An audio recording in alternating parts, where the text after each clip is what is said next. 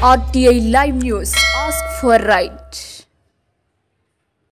అంతర్జాతీయ మాతృ దినోత్సవం సందర్భంగా శ్రీ వెంకట విద్యాగిరి పాఠశాల ఆవరణంలో పిల్లలకు పద్యాల పోటీలు అలాగే సామెతల పోటీలు నిర్వహించడం జరిగింది. ఈ సందర్భంగా జరిగిన సమావేశంలో పాఠశాల కరెస్పాండెంట్ డాక్టర్ కోడూరు సాయి శ్రీనివాసరావు మాట్లాడుతూ ప్రతి ఒక్కరూ ఎంతటి స్థాయికి చేరినా కన్నతల్లిని ఉన్న ఊరును మాతృభాషను ఎన్నడూ మర్చిపోకూడదు.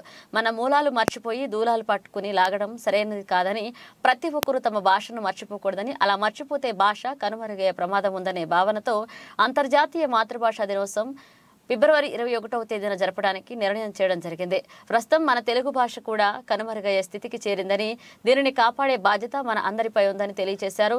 ప్రధానోపాధ్యాయురాలు కోడూరు లక్ష్మి మాట్లాడుతూ ఎన్ని భాషలు నెరవేర్చినా మన భాష తెలుగును మర్చిపోకుండా ఉండి తీరాలని, తెలుగంటే కవిత్రయం, పోతన శ్రీనాథులు, అష్టదిగ్గజాలు వెలిగించిన దీపం, తెలుగంటే కందుకూరి గిడుగు, గురజాడవాదుల చేతుల్లో నిలిచిన కాగడ, తెలుగు అంటే విశ్వనాథ శేషాద్ర జాగ్వ, అలాగే తెలుగు భాషను మనం మర్చిపోకూడదని, భవిష్యత్తులో తెలుగు భాష రవళిస్తుందని, తెలుగు తల్లి పులకరిస్తుందని తెలియజేశారు.